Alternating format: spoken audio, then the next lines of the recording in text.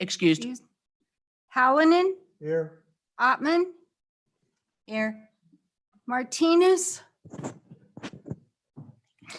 No say. Savar, Present. Worf, Here. Madam Chairman. Here. Madam Chairman, we have 7 present. Yes, that's right. 7 present, 1 excused, and 1. Okay. And on his way, I'm sure. Good morning. Good morning, Senator Cooper. Senator Cooper, come on down. We have a prize waiting for you. Welcome to House Labor. Good morning, Madam Chair, Good morning. committee. Ed Cooper, Senate District 20. And I am here this morning to visit with you all about Senate File 109, which is the Board of Dental. It was brought to us by the Wyoming Dental Association, and it addresses the Board of Dental Examiners requirements and amendments to their process. And basically what we're trying to do is bring their licensing requirements into the 21st century. It hadn't been updated for a long time. So most of this is language changes to bring them in line with the American Dental Association, their examination process, and to bring it up to date with current operations around the country. So with that said,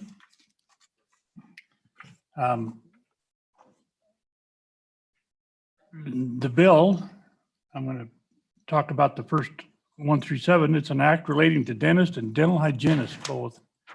It amends the examination, the fees and license requirements, renewal requirements and dates.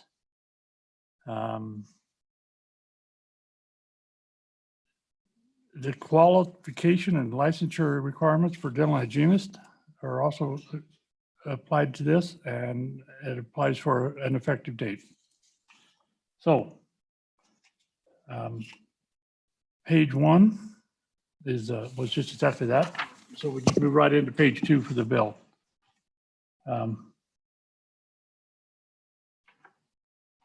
Find my place here. There's some on page 2, lines 14 and 15. Change some terminology from practical to clinical and state, and from satisfactory to as determined by the board. And then it strikes lines 16 through 23. Page 3. Again, it's a terminology change. It says the board, instead of shall, may set fees for the initial examination and re-examination. It strikes lines 4 through 5. And also for re-examination. It discusses the way the fees can be paid instead of just a money order or check or cashier's check, any method designated by the board. Lines 11 and 12 strikes in writing by certified mail. Lines 15 and 16, it changes them from a record book to require them to keep records. So that's allowing them to come into the 21st century with electronic records. Page 4. This is really the only change in the bill other than language. Instead of once a year, we're going to do it every 2 years. That brings them in line with legislative continuing education requirements. So the 2-year renewal is to bring them in line with that. There's some language on lines 9 through 12, if you will, discussing prior, they canceled it and now it expires. And it used to be canceled within, or they had to renew it within 3 months from December 31st. Now it's in 3 months from the date it expires. So that's just again to bring them in line with national procedures. Let's see, page 5. I'm almost getting ahead of myself here.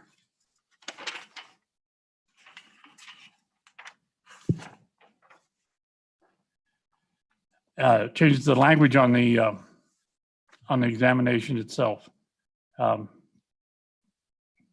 to a written, clinical, and state examination as determined by rule of the board. Okay, so again, language change to come in line with national standards. Page 6, again, changes the fact that it cancels to expire. This would be for the Hygienist, I believe, and changes the date of renewal to 90 days from the time it expired. So, and that's the entire bill. It's pretty simple, straightforward. There's only one small policy change in it, and that is the 1 year to 2 year renewal.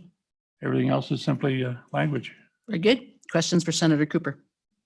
Madam Chair. Representative Connolly. Thank you, Madam Chair. It's not really a question, but I must admit, Senator Cooper, I chuckled when I read this and thought it would be fun that instead of where you took out cashier's checks, which my guess is some people don't even know what those are, you put in Venmo and Bitcoin.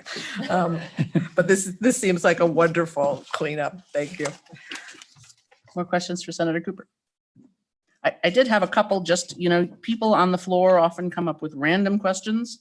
On page 4, do you happen to know what the fee is right now for a 1 year? Madam Chair, no, ma'am, I do not know what the fee Okay. is. And that would be as set by the board. Right. And then let's see, so that would actually be as well on page 5. The other question I have is on page 6, where it says the provisions shall apply to the 21-22 application cycle. Do you know when that cycle starts? Madam Chair, no, ma'am, I do not know when that cycle starts. The only questions I had, not key, just sometimes the strangest questions come on the floor, and it's you always feel clever if you have the answer ahead. Representative Worf. Yes, Madam Chair, Chairman, I talked to a dentist that's a friend of mine. He did not like this bill, and I just wondered, one of the comments he said, and I'm trying to see where his concerns were, but I noticed that we're changing it to a clinical and state exam.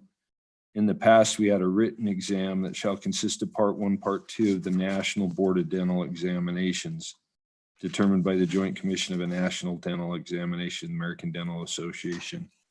And I'm wondering, the changes that we're making, how significant are those changes, Madam Chair? I mean, it just says that we're going to have a clinical and state. I don't know what part 1 and part 2 were.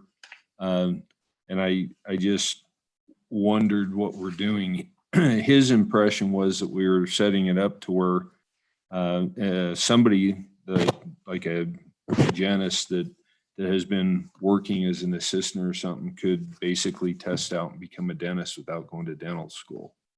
And I don't know if that's what it says. I doubt it.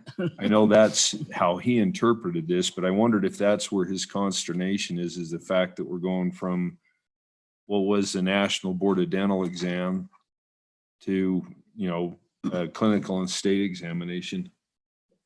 So it does say on page 2, as pointed out to be by my labor, lines 6 and 7, who has graduated and attained the degree of Doctor of Dental Surgery or Doctor of Dental Medicine. So that would certainly prohibit people from just testing in.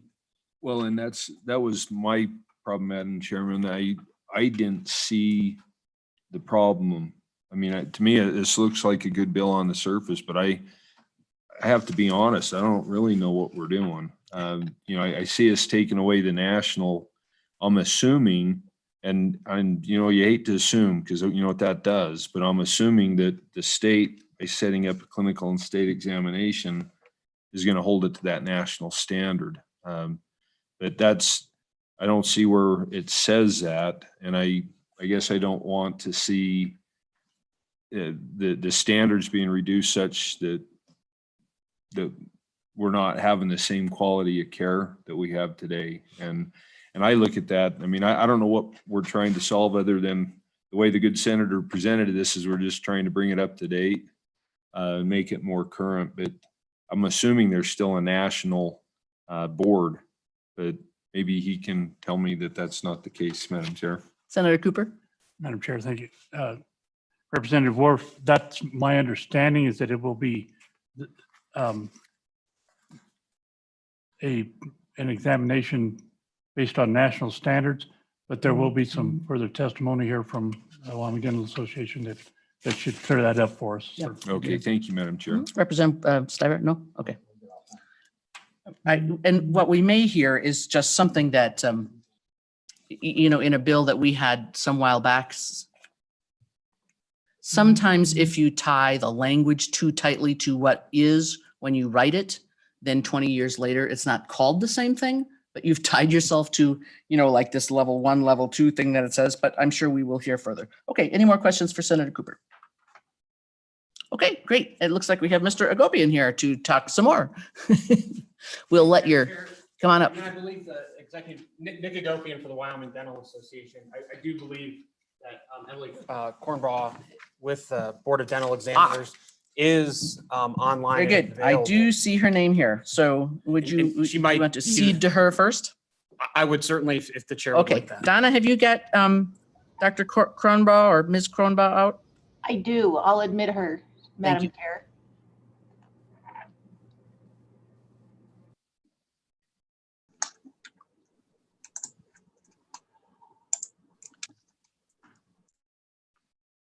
Ms. Kronbaugh or Dr. Kronbaugh, I'm not sure which you are, but welcome. Oh, you're muted. Apologies for that. Thank you. That's It is Welcome Ms. to the Crom. Labor Committee. Thank you. Regarding the questions you all asked, I believe I have answers. Regarding Representative Worf's question, Madam Chair, the national examination is the written exam that's mentioned in the Practice Act. That will continue to be a requirement. The distinction here is that the current exam is the National Board of Dental Examiners, and they've changed their name to the Integrated National Board of Dental Examiners. So this change is to help the board require the current national written examination, but leaving the statutory language generic enough that should the name change again, a statute change would not be necessary. Okay, And Madam Chair, I believe I can answer your questions.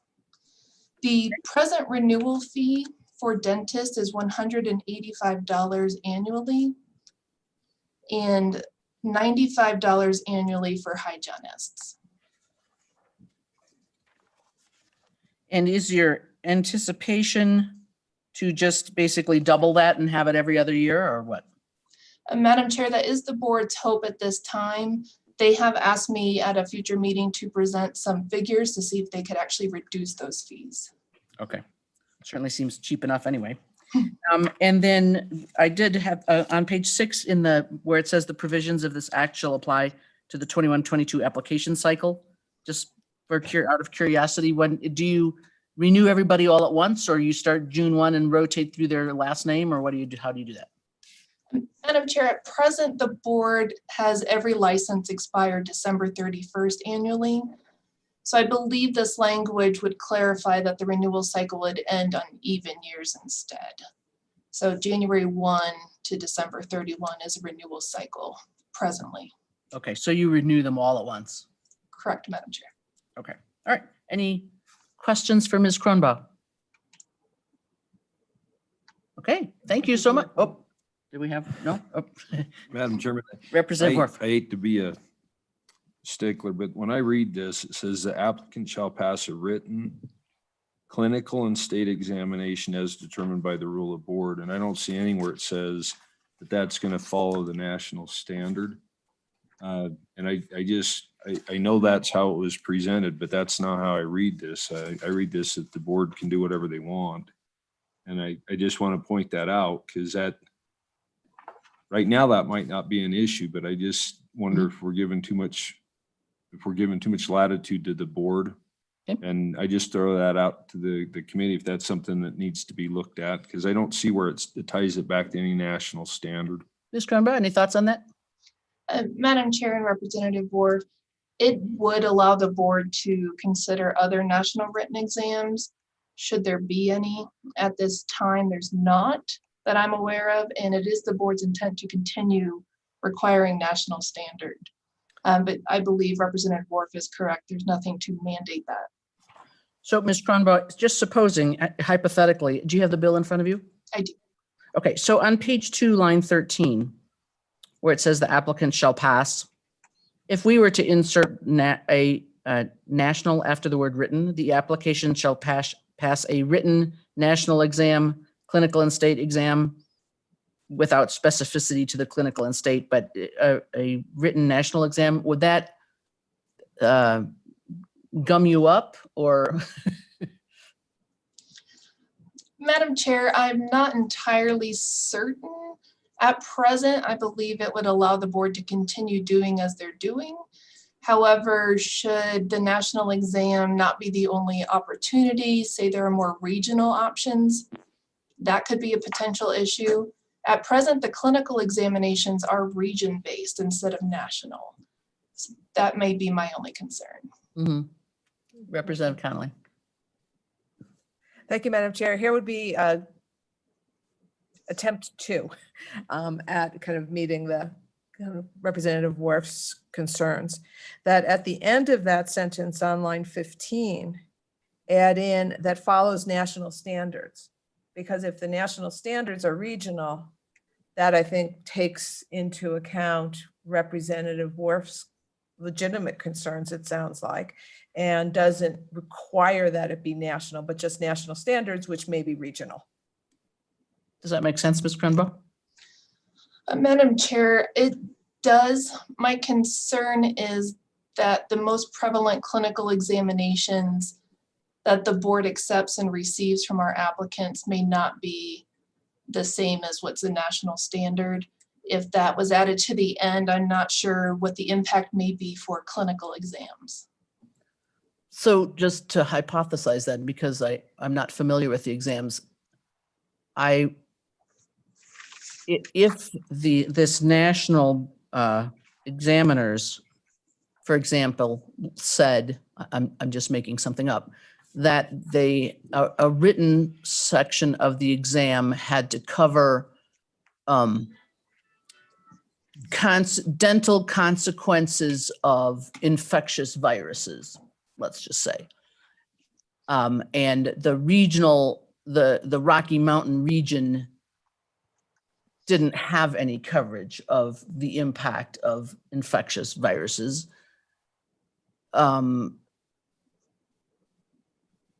What would be the status of a dentist who took the regional exam that didn't meet a national standard or a national expectation?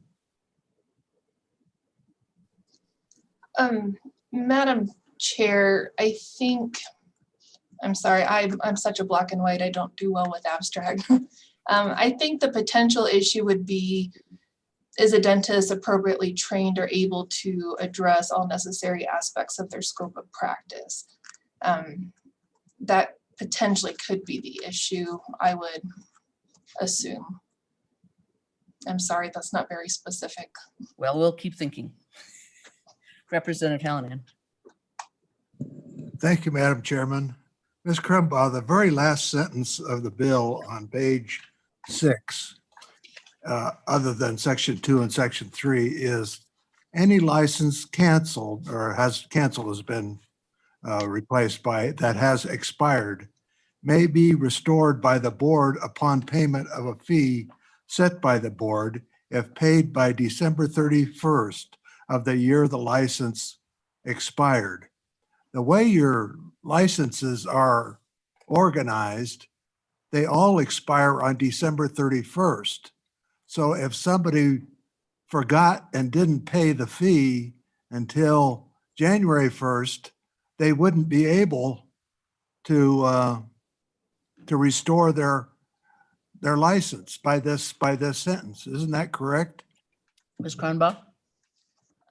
Madam Chair and Representative Hallinan, the current practice, and as I understand the intent of this change, is to just change the semantics of calling it expired instead of canceled. The current process, and this section is with respect to dental hygiene only, that if a hygienist does not renew their license by December 31st, they have until December 31st of the following year to restore it without having to retake an exam or have a more burdensome requirement. It does not let them practice in the state. The current practice is not to prohibit them from restoring, however. I think that, Madam Chairman, I'd follow that up by saying that by the way this is written, it sounds like they wouldn't be able to renew their license if they hadn't paid their fee by 31st of December of the year the license expired. So maybe it should say of the following year or some other combination of words. I don't know, but this doesn't seem to be a very good combination to me. I think what they're saying, so let's suppose I had a license that went from January 1, 2020 under the new system to December 31, 2021. So if I had failed to pay it back before January 2020, I'm now existing with an expired license. I'm not practicing, but as long as I pay it by December 31st of 2021, I will be considered to have an existing license and I can go forward there without having to retest as a person with no license. I think did I explain that correctly, Ms. Cronbaugh? I believe so, Madam Chair. Does that make sense? Not to me. Representative Worf? Madam Chair, I follow what you're saying, but I believe that Representative Hallinan is correct. I mean, that's how I'm reading it, is that if you fail to do it, it's done that year. That's how I'm reading it. So if using the example you had, if I have it from January 1 to December 31st of 2020 and I don't renew it, that come January 1st of 2021, my license is expired. And Right, but if I was supposed to have paid it, one presumes the beginning of the license period, as long as I pay it any time during the duration of what would have been my license, ending December 31st, then I'm considered to have had an active license for the next year. I don't have to start off from scratch like an unlicensed person. I don't think that's what that says, Madam Chairman. Well, let's see if I can. Madam Chair. Oh, Representative Ottman. Thank you, Madam Chair. I too was questioning this verbiage and I thought, well, what does that mean? The next year or this year? But if we look up on page 6, line 1, and this is according to page 4, this is about dental hygienist qualifications. If we look up there, it says if the holder fails to secure the renewal certificate within 3 months after the date that the license renewal application is required to be submitted. So it would be 3 months, January, February, March of the following year. So they have till the 31st of the following year. And as he stated, as she stated, they cannot practice, but they do have that time where they're not canceled. It's just expired and they can renew. So they haven't, like if they were supposed to do it by the end of this year and they did not, they would have till January, February, or they're supposed to by January, February, March. And so they'll have it by the end of next year, then it would be expired, but they would have that amount of time to renew it. Right.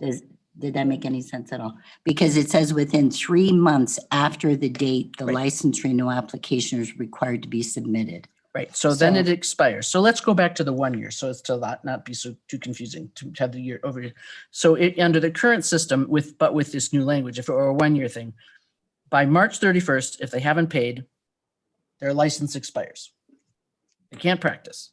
However, as long as they actually pay the fee by December 31st of this year, then they have a restored license going into next year, as opposed to starting from scratch and needing to test and all that sort of stuff. I mean, that does make sense to me. I mean, it's a lot of tracking, but we won't quiz them too much more. Okay. Did I have any more questions for Ms. Crumbo? Okay, we're still contemplating maybe some wording on the exam. Thanks very much. Probably hang around. We might want you again. Mr. Agopian, would you like to bring us any further information? Madam Introduce Chair, yourself for the committee, if you would. certainly, Madam Chairwoman, Nick Agopian, I represent the Wyoming Dental Association. The dentists support this bill in its current form. There's no concern that the Wyoming Board of Dental Examiners would lower the standards of practice in this state by any means. I'm most certain that if there was any concern about that, you would have heard from me ahead of this committee, that we were concerned about giving the state the opportunity to lower those standards by which all dentists are licensed in this state. And that licensure currently is based on that national standard, and certainly very comfortable with that national standard. I don't know that I have much more to add. I agree with Representative Ottman on the language as this bill shifts the automatic expiration from December 31st on an annual basis to a rolling licensure now. So instead of somebody getting licensed in October and then their license automatically expires that year and December 31st, it gives them their license now for 2 years. And then we have that 3-month period that would end. So in October, let's not say October, we'll say November 1st, right? So if they hadn't secured that certificate by, it would be the end of January, then they would still have through that current, it would expire then like January 31st or February 1st, depending the day. They would just have to pay that fee before December 31st of the year it expired. So I see how it reads correctly. I read it the same as Representative Ottman, that it does work. Certainly, if there was a concern that the committee had about the national standard, the Board of Dental Examiners is made up of licensed dentists. I have a hard time believing that they would vote to lower the standard under which they've all invested. But I don't know that the Wyoming Dental Association would be concerned if there was a friendly amendment to clarify that. And then the last piece, the 1 to 2 years. 2 years ago, the Wyoming legislature put in place across all areas of medical practice those individuals that are licensed by the Board of Pharmacy to prescribe Schedule II drugs. Now, and that's the opioid addiction. If you recall, coming out of the interim committee that year, there were a significant number of recommendations. One was the continuing ed requirements for prescribing those drugs. The bill itself requires that the continuing ed requirements are on a 2-year basis. And so I think what the Board of Dental Examiners here is attempting to do, or what they're doing here, is instead of requiring an annual renewal and then you saying, I'll do it next year for my CE requirements, you can check the box that you've met all of your CE requirements on your renewal, and then you're on that same 2-year cycle. Those CE requirements on the opioid were the only state required CE requirements now. So that's what I believe precipitated that change. They don't have other 2-year licensure requirements like some other professions might have. With that, Madam Chair, I would stand for any questions if they come up. Thank you for the committee's time. Representative Ottman, did I see your hand moving to be questioned?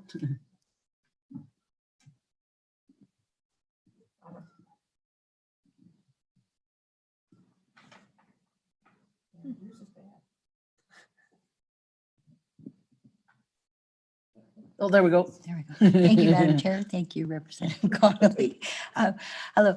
I was just hoping, thank you for all that information, and it is very good. And because we have a lot of things to consider, even with dentistry. On page 2, where we cross out the part 1 and part 2 of the National Board, could you just please reiterate what that means? Thank you. Mr. Agopian. Certainly, Madam Chair, Representative Ottman, and then I would also defer to Emily, who's on the line as well. I think specifically the situation that they're trying to prevent in the future has occurred today. They have, instead of having two separate sections named sections 1 and 2, they've gone to just a single exam format, and the statute recognizes sections 1 and 2. And so making that change ensures compliance with the national standard, and that the licenses issued here are in line with the national standard, and will prevent in the future the need for a legislative change were the national exam to change in any form, like same with the National Association changing its name. I mean, this is contemplated to make it easier for the Board of Dental Examiners to do their business under the authority granted to them by this body. Questions for Mr. Agopian? No? Okay, great. Thanks very much. Bonnie or Donna, is there anyone else online that wants to testify on this bill, on the dental examiner's bill? Madam Chair, I don't see anyone with their hands up. Okay. All right, then public testimony is closed. Do I hear a motion on the bill? Moved by Stivar, seconded by Ottman. Any discussion on the bill? Representative Hallinan. I'm still not convinced about that line on page 6. So I have an amendment there to put in any license that has expired may be restored by the board upon payment of a fee set by the board if paid by March 31st of the year after the license expired. So that's the amendment. I put March in for December 31st, and after the year, it would say after the license expired. 2 words. I Is think there a that second for discussion? Second. Second by Worf. I think that clarifies the issue of when the license expired, and in the year that after it expired, they can pay it off by March 31st and they can have their license extended. Thank you, Madam Chairman.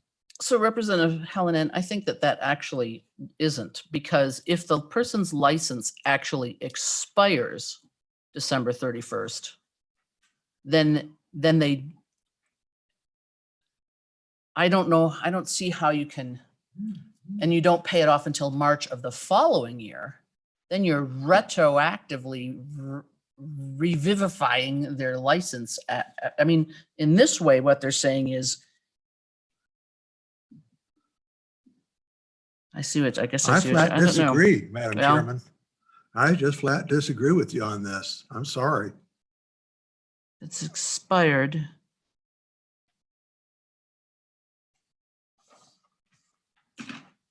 So right now, let's just pick a 1 year.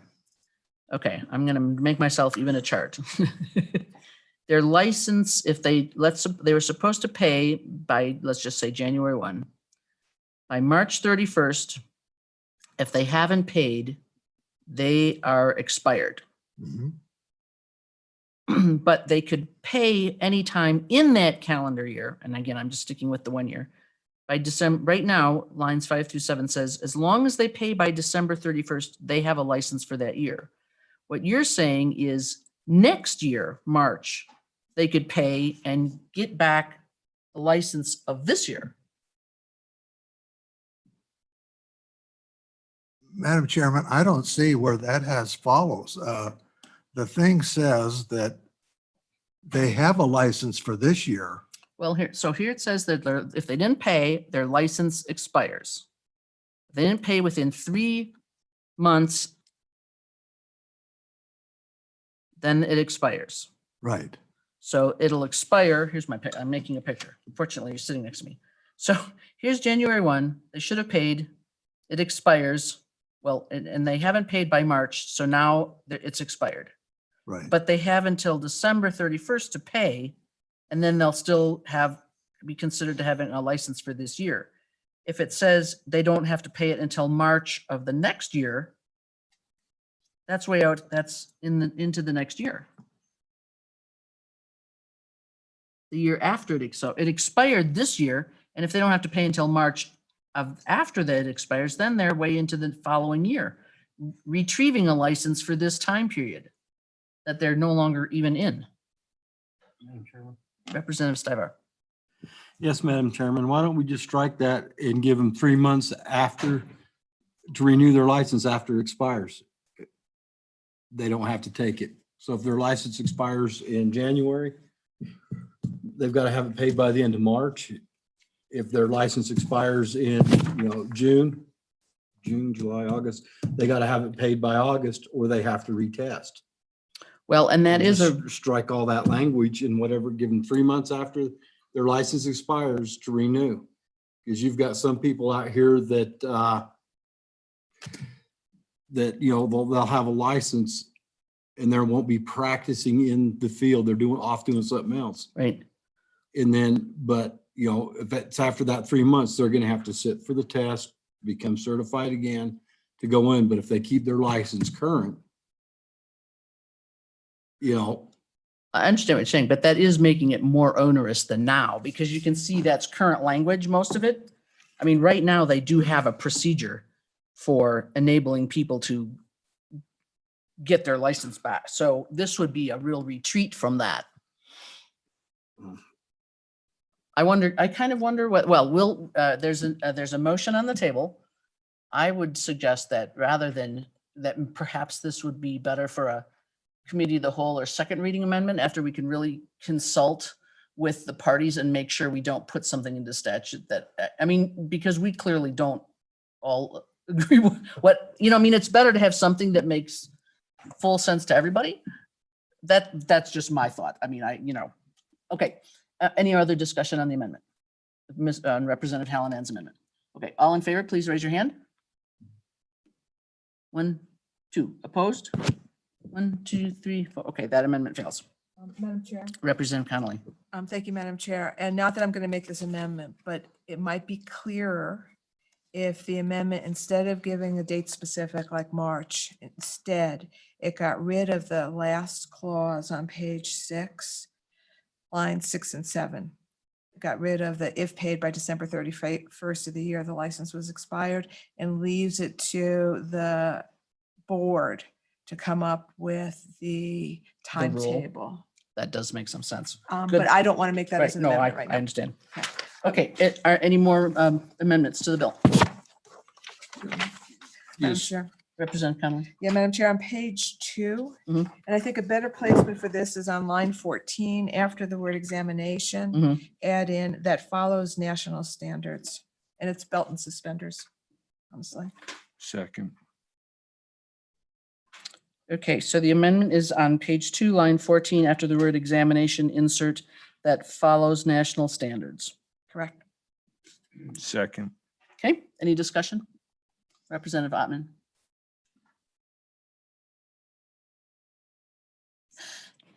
Thank you, Let me Madam just, Chair.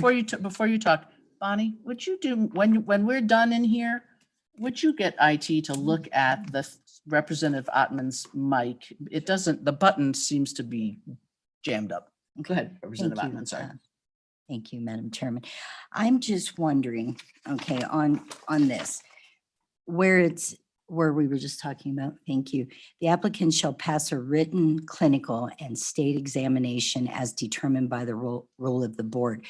Wouldn't the board that is designated, they have all their criteria that they must be dentists for 5 years previous and all these things. Wouldn't the board, part of the board's responsibility be to make sure that these things met all criteria with the national boards? Thank you. There are a lot of licensing boards and sometimes we may or may not agree with what they decide. Oh, here excuse me, we're having an IT. No, sorry. Inappropriate. Representative Larson, I'm not sure that we need to do this right now. As you wish, Madam Chairman, as you wish. But thank you, Representative Larson. Okay. Were you able to hear my answer to that, Representative Ottman? I heard you say I'm not sure. No, my answer to your question is that we have a lot of licensing boards, and we have discovered over the last several years that sometimes the legislature agrees with the thoughts of the licensing boards and sometimes they don't. And sometimes we want to be specific enough to make sure that they do what we think they ought to do. And sometimes we give them more latitude, and we don't always have, we're not always consistent in our approach. Let's just put it that way. Any more discussion? Let's see, was that, you moved that amendment, right? Was there a second on that? Seconded by, oh yeah, that's right. Sorry, Yes, Madam Chair, if I may. Representative Worf. I do think we need to add that. I don't feel comfortable. The language is too broad without it, and I think we need to keep that contained. I think this still allows the board to determine what that national standard is, and I think that's a good amendment, so I would ask the committee to support it. Okay. And just to be, actually, I'll say this afterwards. Any more discussion on the amendment? All in favor of the amendment, please raise your hand. 1, 2, 3, 4, 5, 6, 7. Okay, opposed? 1. Okay. All right, that amendment passed. Let me just say, for clarification of that, if LSO happens to not like the word follow for some legal reason, my understanding of the amendment is we're not asking for specific compliance with like the national board necessarily, but rather that whatever national dental type practice is that a regional one would essentially fit within that. Do you understand what I'm saying as far as my differentiation there a little bit? So that's why we picked the word follow if they don't like it legally, but we still want follow rather than some sort of specific compliance to allow for the regional. Okay, Representative Yeah, Connolly. thank you, Madam Chair. And yes, that would be friendly, and even after we voted, that meets whatever that proper word Okay. is. All right. Any more discussion on the bill? Representative Outman. I'm sorry, just to go back to that, if they went to an American Dental Association, went to a college or university in the United States or Canada that's accredited, wouldn't all that be copacetic? Wouldn't it be? Representative Ottman, so just because a person has graduated from university doesn't mean that they have passed a national exam. Those are two separate things. The colleges wouldn't have to teach to that? But a person could graduate and still flunk the exam. Or just saying, Well, of course. right. Okay, I don't need to confuse the issue. Thank you. Okay, any more questions on the bill? Bonnie, would you call the roll, please? Am I working here? Representative Clifford. Aye. Connolly. Flitner. Hallinan. Aye. Ottman. Martinez. Aye. Stivar. Aye. Worf. Aye. Madam Chairwoman. Aye. Madam Chair, we have 9 ayes. Okay, and Senator Cooper, oh, he left. That's right. I told him he could leave. Representative Ottman, you're gonna do the floor management of this bill, is that right? I'm assigning it to you. Your name's on the bill. Well, I thought we had this discussion previously. Okay, next up is Senate File 117. Senator Pappas, come on down. And all of you be quite alert here because there is no House sponsor. Senator Pappas, have you got a person in mind just so that we may know? I don't. Thank you. It might end up being me because I ran the original bill, but okay, go ahead, Senator Pappas. Welcome. Thank you. Senate File 117. Stephen Pappas, Senate District Number 7. This is brought to you because of if you recall, those of you who were around last time, I ran an interstate compact for speech, language, and audiology. Also in that same bill, the profession asked me to remove all of the speech language pathologists and audiologists that were licensed under the PTSB and move them over to the state board. Excuse me, Senator Pappas, make sure that we have 3 freshmen on the committee, so make Okay. sure to clarify any Okay. acronyms. Okay, in the past, speech language pathologists and audiologists were certified or licensed under 2 different paths. One under PTSB, which is a Professional Teaching Standards Board, and that were for professionals who worked in the schools. And the only reason they were actually licensed under them is because the schools required a background check, and the state board did not require a background check for all the other professionals. So the PTSB said we have to certify these people in order for them to go through a background check. PTSB does not want to be in the business, did not want to be in the business of certifying and licensing speech language pathologists and audiologists. So they were very agreeable to removing them from their purview and giving it to the State Board of Speech Language Pathology. And so we did that along with the compact. Unbeknownst to us and to the director of PTSB, actually to two directors passed before her even, we did not know that there were some folks out there that were licensed so long ago that they did not have the credentials to get licensed under the board, under today's license, okay? Right now, it's required to have a master's degree to have to be able to practice speech language pathology. Apparently, 30 years ago, you could do it with a bachelor's. And so we didn't know of these people, and it wasn't our intent to legislate anybody out of a job. So this is a fix. If I would have known it back then, I would have done that then. This is basically grandfathering anybody who had a certification through PTSB at the time that the last bill was enacted. Anybody who had a certification can continue to practice, irregardless of the what's required by the board. So it's making another path of licensure for those folks. Now it is mandating, however, that they have to only work where they've worked. And there's 2 situations, and that's for the Department of Health and for the schools. And so they can't go out and do private practice, and they can't practice under the interstate compact. They can't do any other practice other than what they've been doing now. And so when they retire, there is just a handful of folks anyhow.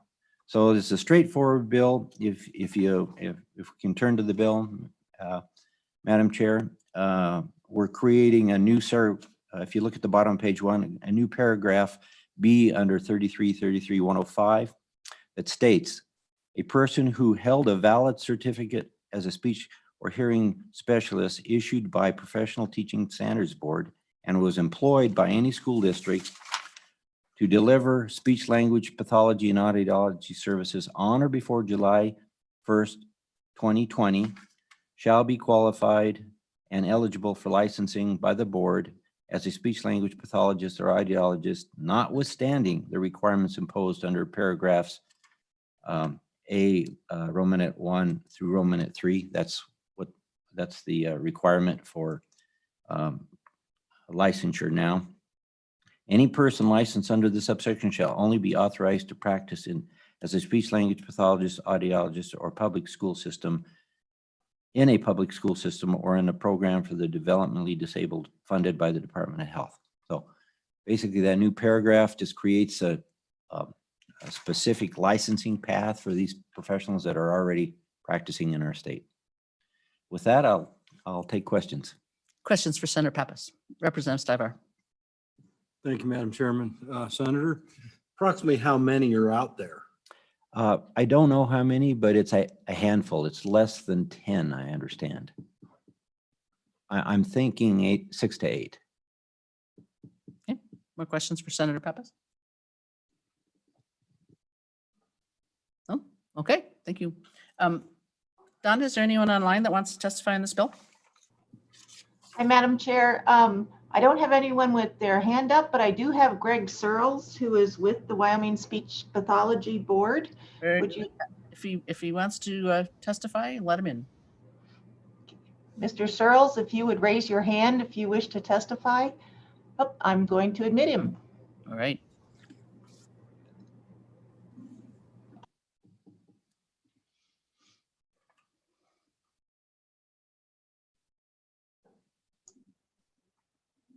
Morning, Mr. Searles. Good morning, Madam Chair. You'll just I really introduce don't yourself. have any testimony to offer. I was here more to answer questions and to answer Representative Stivar's question. I believe we only have 3 of them that would meet this qualification. Okay, 3. Very nice. I hope that doesn't fall under the requirement of prohibiting special interest legislation. I'm just, no. We're not going there. Okay, any questions for Mr. Searles? Representative Connolly. Thank you. And I just want to make sure that the specification of public school system or programs for developmentally disabled is broad enough. I was thinking about the boys and the girls school, anything else, but we've got 3 people out there, you know where they work and they're covered by this language. Madam Chair, I believe so. Mr. Searles could probably tell us if there's others, but I don't believe that there is others. In fact, there's fewer than I thought. Mr. Searles. Madam Chair, Representative Connolly, all we did was use the exact verbiage from the previous statute in the exemption that was there. So they would have already had to been practicing under that exemption and just use that same exact language. Good. Yeah, Okay. that's correct. This is some of the language we took out. We're just putting it back in. Representative Wharf. Madam Chairman, I guess the question I ask is, we're doing this to help 3 people. Does this open the door for more people to come in? It does say that they have to have been, top of page 2, they have to have been there on or before July 1, 2020. So presumably, so they can't go off and be hired now. They Yeah. won't qualify. Thank you, Madam Chairman. I wanted to make sure that we covered that because that was, I thought we did, but I want to make sure we Right, did. no, yeah, that's there. Okay, any more questions for Mr. Searles? Thank you. Any more questions for Senator Pappas? Okay, is there anybody out? I think all of, anybody for this bill? No, okay, then public. Senator Case. Okay. Good morning, Senator Gotta Case. Press on that hard. This bill is a great bill that helps some people that were caught up in the recertification process last year. And thankfully, the board worked with them, but they would have worked. One gal that I know very personally, had worked for the state for decades and stood to lose her certification, which affected her pension and everything. So there may be only 3 people that we know of with this, but it is not a special law. It's a general law. And it fixes a big problem, a big oops that the legislature made. Thank you. Well, I don't want to call it that exactly, but thank you, Senator Case. Okay. No further testimony being heard. Public testimony is closed. Do I hear a motion on the bill? Moved by Flitner, seconded by Wharf. Any discussion on the bill? Question being called. Bonnie, would you call the roll, please? Representatives Clifford. Connolly. Flitner. Hallinan. Ottman. Aye. Martinez. Aye. Stivar. Wharf. Aye. Madam Chairman, Aye. we have 9 ayes, Madam. Okay, I'll run that bill as soon as I ran the. Thank you, Madam compact Chair, last and year. thank you, committee. Thank you, Senator Pappas. Okay, finally, Senate File 47, Senator Case and Representative Larson, also known as the IT Ninja. You didn't notice.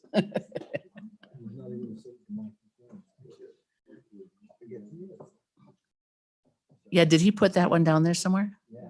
Representative Larson, where did you put the mic you took from Representative Ottman? I'm speaking into it.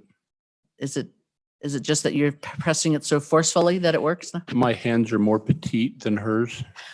But what if a less petite person sits there? I can't fix everything, Madam Chairman. Bonnie, see if you can keep track of the P under the shell as Representative Larson moves it around the room. And now have them look at that one. Okay, Good morning, Rep. Senator Case. Welcome to House Labor. We hope you have found it educational. Thank you. We would Thank be you. glad to hear your bill. Thank you, Madam Chairman. I used to serve on this committee, so in the House.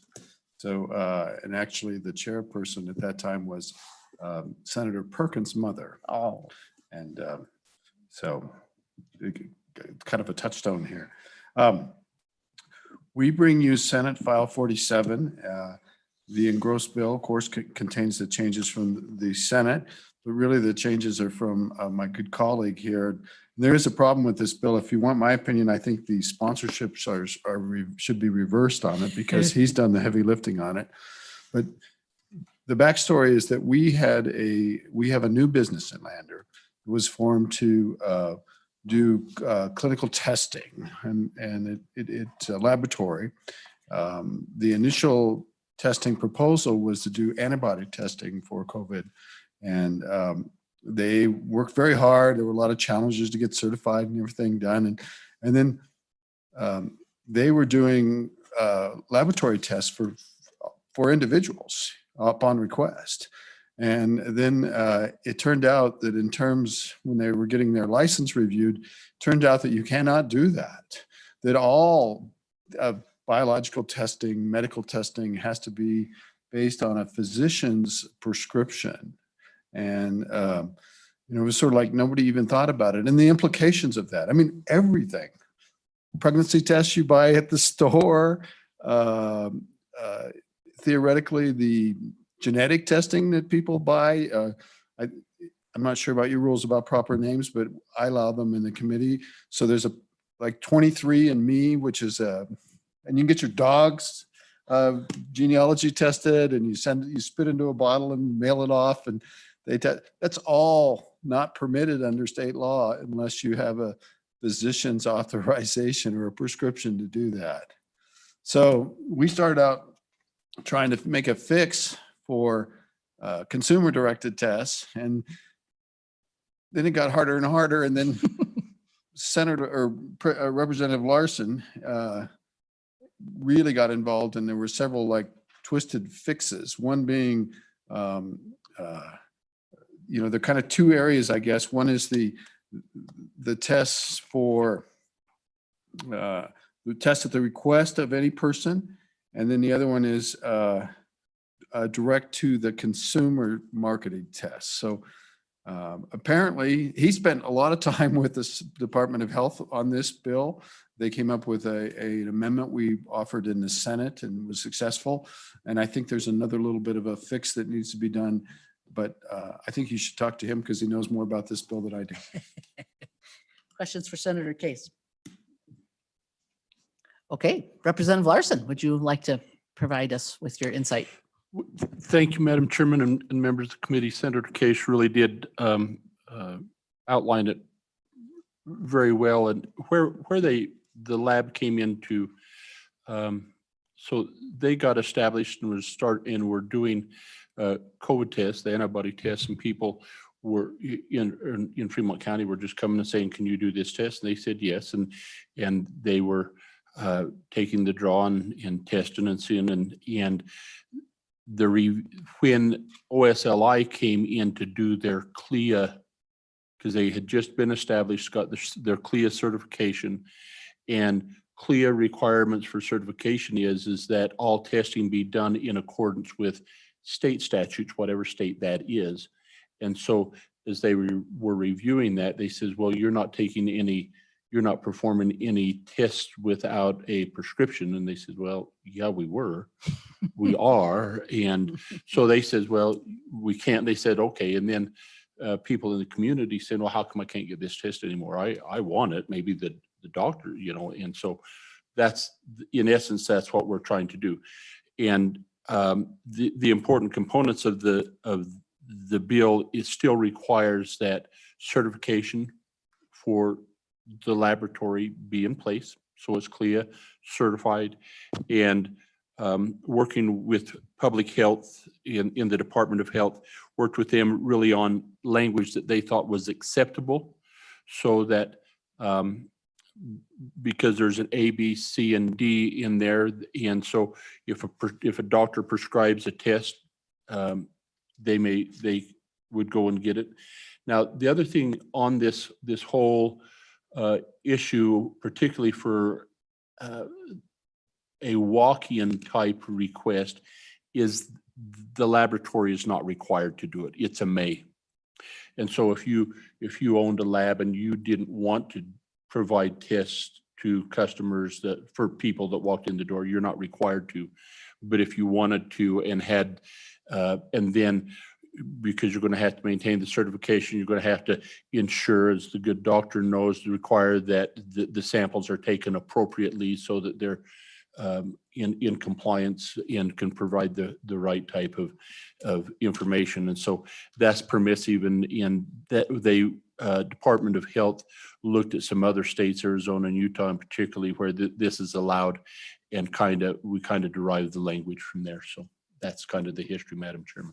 Questions for Representative Larson? Representative Stiver? Thank you, Madam Chairman.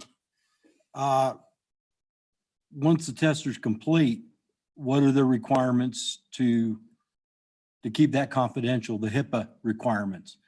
You know, because somebody might get a test that's positive and they don't want anybody to know about it. Are they required to pass that information on? Representative Larson? So the HIPAA requirements, I think, are also part of the CLIA certification, and in the HIPAA requirements, whether it's how, regardless of who gets the test, the HIPAA requirements are required. So they will keep in confidence the records of the person for whom and the results of what they've done. Now the person who receives the test, he can do with it what he wants. It's his, right? Follow up, Madam Chairman. Like hypothetically, this guy's got smallpox and he's tested positive. Is there a requirement for the facility? I mean, that's where I'm going with this. Madam Chairman, you're correct. And so then if there are some, is disease or illness, I don't know the right term to use there, that the CDC or whomever requires that a laboratory report, if there's one of these, and there's a list of them, and they would still be and if smallpox was on that list and you got it, they would be required to report that to the Department of Health. And I think there may be mandatory requirement in state statute specifically. Yeah. Outside of this. More Representative Flitner? Yeah. Madam Chairman, thank you. A couple questions. CLIA is an acronym for? Representative. Something licensing, some of them act. I knew you'd have an Probably answer. L for laboratory. Can you tell me what their annual certification, what that cost is? I'm sure it's fairly substantial, so I'm sure they've got strict standards and. I cannot tell you what the costs are. I just watched this laboratory as it got into place. Before they could start doing any testing for the public, they had to get their CLIA certification for labs, and then that certification is provided through the Department of Health under OSLI, Offices of Licensing and whatever SLI, whatever that is, and it's a fairly rigorous process. I don't know that there's a fee or licensure or what that is, Representative Flitner, but I know the process of getting CLIA certified is not in fact, they got certified and it's a preliminary certification based upon further review. And it was in that further review or audit, if you will, that they come to the conclusion that they had not been, that they had perhaps been providing tests when they shouldn't have. And follow up, Madam Follow Chairman. up. Do you understand why Wyoming had the requirement for the physician prescription for lab testing prior to this? I think that just, Madam Chairman, I apologize, and Representative Flitner, I think that just comes with the age of the statute, that at a hospital or a clinic or something where a laboratory was at, that the physician would then make a prescription for a test to be done. if you think about, so if you think about what we had with our COVID testing, Madam Chairman, when we started sending out all of these tests for state agencies and attorneys and everything, where you spit in the cup and send it back in, that was all done under a prescriptive order. However, it was sent into the four corners of the state. There was no oversight of how that was done, similar to the 23andMe, but it was official because we had oversight from a physician to do that. That's still that could still be in place. But if you wanted to go in and get a test, cholesterol or whatever, we just think that if there's a laboratory that will provide that you should be able to go in and get that test and have the results and do with those results as you want. But it's also important to maintain the integrity of the test, meaning that a certified lab, and that's kind of the part B and C in this subsection, to make sure that the tests are valid and fall in, so that you could share them with your doctor in wherever USA, and he would be confident that it came from a certified lab. Madam Chairman, Senator Case. if I just might tag on, it's just a relic of older ways of doing things. So we've been having blood draws, community blood draws, for a few decades now, and you go there, you don't need a prescription, and you can decide the panel of tests that you wish to have done on your blood draw. And there may be some bad things that come out of there, but you don't need a physician to filter those results. It's been a positive thing for consumers. They've been able to now, go to their physician and take the panel results already. So it's just archaic. And there may be some kind of tests that should not be consumer directly. That's why the may is in the statute, and part of their licensure and their certification. It'll all get figured out. But certainly we have moved from everything going through a physician to more consumer driven. And that's not a bad thing. And that's saved expense and been a good thing. This just makes legal what's happening on the ground. That's really all we're trying to do. We're not trying to add any new thing, really, when you think about it. More questions, Representative Connolly. Thank you, Madam Chair. And Representative Flitner, CLIA stands for Clinical Laboratory Improvement Amendments of 1988. I'm going to copy it down later. And then thank you, Senator Case, for that explanation. I'm sitting here to myself thinking, I go to Wyoming health fairs in my community. And so that was my question, because I go in, my nurse practitioner wants me to do it before I visit her. She says, I'm just going to send you there anyway. Just do it. I pick and choose which of the tests. Sometimes I choose X, sometimes I choose Y, to tell you the truth. And my question was, is Wyoming Health Fairs out of compliance with the law? It sounds like the answer is yes. And we should probably fix that. And this is the fix. Fortunately, Senator Case is not an attorney, so he's not required to opine upon this. Representative Ottman. Thank you, Madam Chairman. She's just practicing on her microphone there. She just likes it so much now. Yes. Good. Quick, nice and quick. I was just wondering, Senator Case or Representative Larson, on page 2, where it talks about, and possibly while I was reading some other things, possibly you've gone over this, but it says where the consumer initiates the testing process, okay, and collects their own human specimen. What does that mean? Not a veterinary specimen. It's typically spitting in a bottle. You're not poking yourself and drawing blood or something like that. It's some pregnancy tests, of course, they're urine based, but I guess we could get imaginative about what that is, but. Follow up. I guess I was just in my mind clarifying too, this laboratory, Inlander specifically, what is their intent and purpose? To assist in things like the health fair, or is it, primarily, are they just a lab, or what is their function? Madam Chairman. Senator. They are a laboratory surprisingly there aren't a lot of lab facilities in Wyoming, and a lot of stuff is done out of state.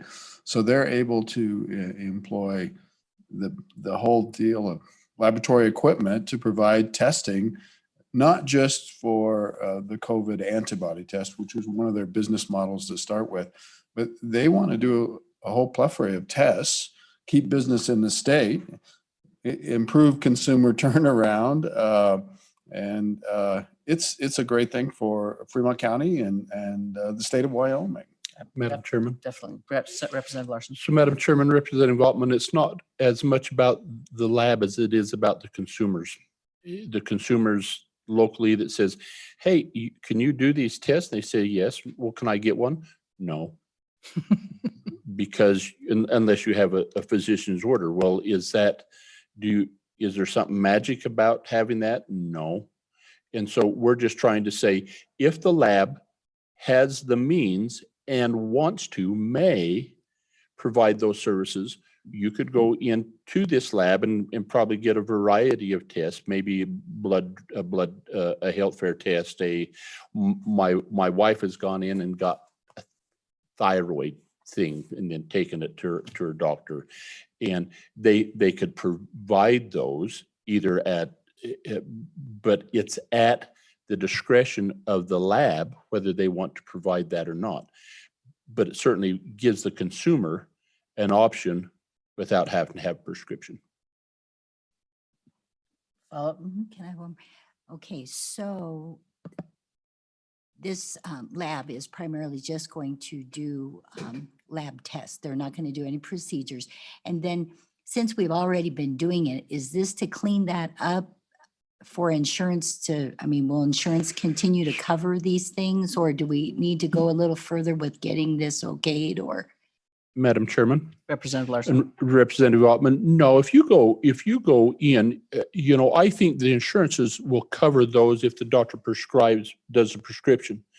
If I go in and get an elective, if you will, an elective test, insurance is not going to be required to cover that. It's at your discretion. Probably would cover the one prescribed by the physician. But if you want to go in and get a cholesterol test once a week for the rest of your life and pay for it, then you could do so. Now, procedures is you mentioned procedure. It's a lab, and this lab takes samples from the hospital, from doctors' offices, and does the analysis on them, returns those samples back to those providers. This is just saying, in addition to that, if a consumer walks in off the street and wants to get a sample like a COVID test or something, could the lab provide it if they so choose? And this bill would allow that to happen. Just one more anecdotal thing. Senator Case. I was out of the country earlier this just before the session, and American Airlines, or the policy of the United States, is that if you enter from another country, you have to show a negative COVID test. That's the existing policy. So I was in Mexico and I had to get a test for COVID, and they literally have these facilities available at the airports, or it's advertised in the communities. And so, where you go to a laboratory, it's usually a laboratory run by a doctor, but you don't see that doctor. It's just technicians. You fill out paperwork, they take the test, and then they do the results. The results are certified. You take that to the airline to book, to get on your flight to come back to the United States. Now, wow. So you don't have to go to a physician and have a doctor visit and get a prescription.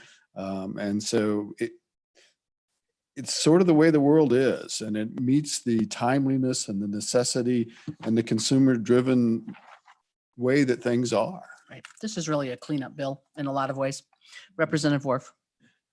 Yes, Madam Chairman. Just one question, and I assume that this is already covered, but I feel like I need to ask that. And they're taking samples of things that could be infectious. I'm assuming they have protocols in place about how they handle the materials, how they're destroyed. They're not just like pitched in the landfill.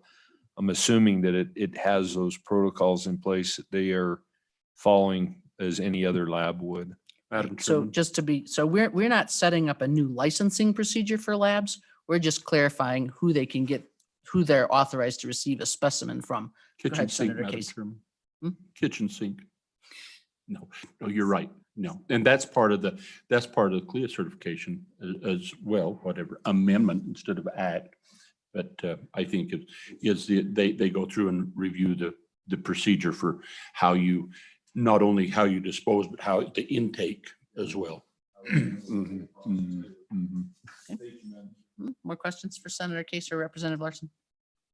Okay, I did just have a couple, and I'm, inquiring minds want to know, and you may not have answers necessarily, but as I looked at it, I can see that there was paragraph A and then a new paragraph E, and that made me wonder about paragraphs, the intervening part. And I looked up in the statutes and I see that 33, 34, 102 through 106 were repealed in 2016. Although when I looked on the 2016 legislative thing, I couldn't see anything that seemed to be pertinent.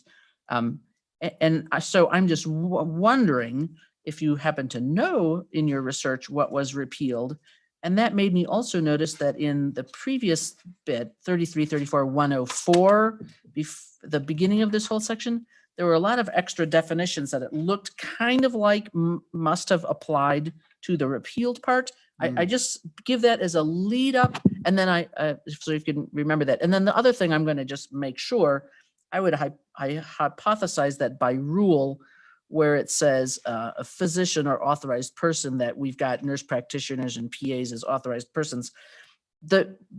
I bring this just to say it did strike me that you may have come upon a little bit of statute that could stand a little interim work for a little more cleanup. Indeed. Any thoughts on that as far as the repealers or the cleanup possibilities? Agreed, Madam Chairman. And I did look at those repealers, and I apologize that I can't remember what that done. There is a little bit of work that our good department still recommends to clean this up a little bit. I was going to bring it for this bill and was with LSO this morning. I didn't quite get it the way it is, but or the way that it needs to be. It's not a big thing. If you look on the front of your bill down on line 15, where you come over and it says a clinical laboratory shall, it'll be a may. We'll make that a may. But then in that new chapter E, they suggest that we make sure that the tests are being that B and C in this section apply, and that D does not. But I'll do that in a committee. If it comes out of this committee, I'll do that in a committee of a whole amendment and explain it. I tried to have that drafted up, and I don't think I explained it to LSO very well. Okay. So, but just thinking forward, it does seem, a lot of times that we'll go to management council for interim topics, and I'll sometimes put on just general review of previous legislation, whether something from a year or two ago that needs a follow-up, and as I say, this doesn't seem like it would be very time consuming, but it does seem to me that we might have some lab updates in general that as we work forward would be helpful. Madam Chairman, along with our study that we did on mental health, all of those community sections in there that are antiquated, to throw that in your bag as well, please. I'm sure there will be a sufficiency of work. Okay, any more questions for Senator Case or Representative Larson? We seem to have some more people still online. I suppose they are here for this. Madam Chair? I have Dr. Harris, Ms. Roday, and Ms. Curran online evidently. Could you send them in if this is what they're here for, or if they're Madam Chair, Wendy Curran has her hand up. I'll admit her. all right? Oh, and Dr. Harris. Okie doke. Glad I remembered them.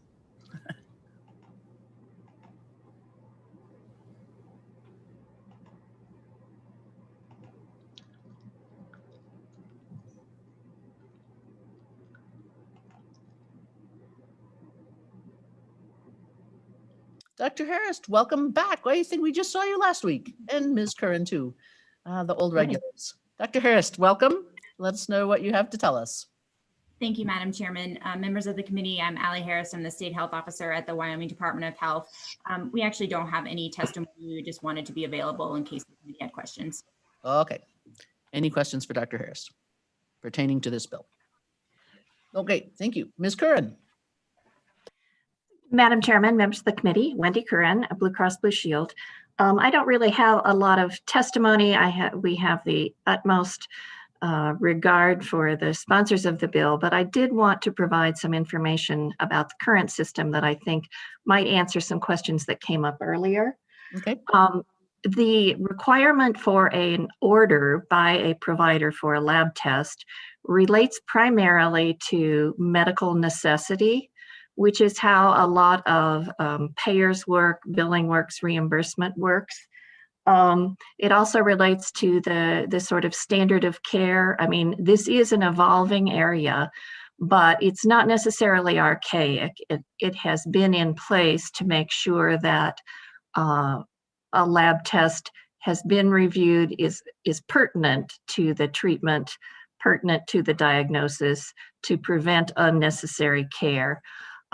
We agree that there may need to be some changes made, but I also wanted to say that a place like the Wyoming Health Fair and other testing facilities have done their work, if you will, over the years completely legally. Most of those, and I know Wyoming Health Fairs we can talk about specifically, has on their staff a physician medical director. The job of the medical director in that situation is to review the procedures that are done to collect the specimens, review the appropriateness of what tests could be done at a health fair gathering, to say, yes, these are the things that people can request that are preventive, that can help in disease, and to make sure that the process that is followed is appropriate, meets the clinical standards, meets the standard of care. So almost all of the programs we see, even the vault system of COVID testing, which the state provided earlier, has behind it a provider who gives a standing order that says, yes, Wyoming Health Fairs, these things may be provided. And that certainly is the question that you're talking about, but I just did want to point out that there is currently a procedure that allows both greater access to members and the sort of review and oversight of medical necessity. I think that Representative Larson has already said that most of these tests would not be covered under insurance. We would still maintain the what we use as medical necessity. And I just wanted to add that background. I'm sure it has been discussed fully. Very good. And I'm happy to answer any questions. Questions for Ms. Curran? Representative Connolly. Thank you, Madam Chair. Now I'm a bit confused, Wendy. So when I go to the Wyoming Health Fair without a script from my nurse practitioner, are you saying that some doctor who I have never met has authorized those tests? Ms. Curran. Madam Chairman, Representative Connolly, yes, as a safety protocol, there is a provider involved in the order for the test that says you can come in and get this test done, and you can take those results to your provider at her request. And that is exactly it. That doctor is not making a diagnosis. That doctor is not suggesting treatment. That doctor is only saying, these tests are appropriate in these conditions. I can verify how they have been given and used and produced, and therefore I'm meeting the requirements that have been in place. So And there's if I can restate what you're saying with the word "you," I think we might replace it with the word "one." In other words, thank you. to say that the doctor says that these tests are ones that are suitable for broad use in prevention or management of chronic conditions, suitable for any people, that the person is not reviewing your medical record before they let the clerk at the desk let you sign up. It does.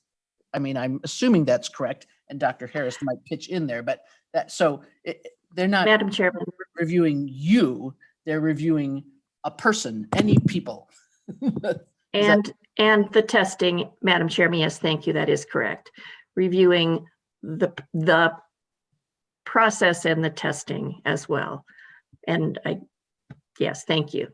So I would assume, and Dr. Harris, you might pitch in here just so those are people concerned. For example, early in my career, I worked at the health department in Key West and spent a lot of time contemplating AIDS testing.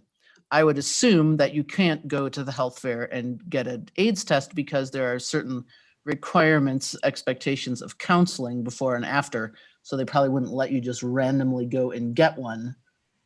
Dr. Harris, any input briefly on that? I'm obviously out ahead of my skis. Madam Chairman, I think it's also important to understand the role of the U.S. Food and Drug Administration in this process. So CLIA, the Clinical Laboratory Improvements Amendments, regulate the laboratory, whereas FDA regulates medical devices. So they regulate the test themselves and will often specify in their approval or authorization of a test how that test needs to be collected, sometimes even, whether a provider needs to be involved in the ordering. So a laboratory would also need to follow the FDA approval and the FDA regulations for how that test is conducted. The area of sexually transmitted diseases is one that direct access testing, such as what we're discussing here, really has been kind of a major player in. Thinking that, unfortunately, with these types of infections, there is still stigma and there may be reluctance for people to go to see a provider to get tested. And so one kind of advantage that has been posed with this type of direct access testing is that you can get these types of tests in a more anonymous fashion, but still be able to act on them, to improve your health. And perhaps that positive test does, lead you to go see a provider and seek treatment for that diagnosis. So it really does vary based on how that test is approved by the FDA. Well, we've gotten much deeper than we hypothesized. Okay, so it's 9:30, folks. Any more? Let's see, I think that's all that there was online. Anybody else here? Richard, are you trying to testify? He wants to testify on how, I don't know. Okay, very good. Public testimony then is closed. Do I hear a motion on the bill? Moved by Stivar, seconded by Romero Martinez. Any discussion on the bill? Question being called. Bonnie, would you call the roll, please? Representatives Clifford. Connolly. Flitner. Hallinan. Ottman. Aye. Martinez. Stivar. No, yes. Aye. Worf. Aye. Madam Chairman, Aye. we have 9 ayes, Madam Okay, Chairman. Representative Larson, I assume you'll run the bill on the floor? Please. Oh, very I hope good. so. Very good. Thank Very you, good. committee, Madam Thank Chairman. you, committee. I'm just that the committee is adjourned. I don't know yet what we'll be doing on Wednesday. I'm still kind of waiting to get all the bills referred that are in the speaker's collection, and I don't think we have them all yet. So I really need to make sure I understand what we've got and actually how many days we have of committee, because that's actually not entirely clear to me. So I will keep you posted.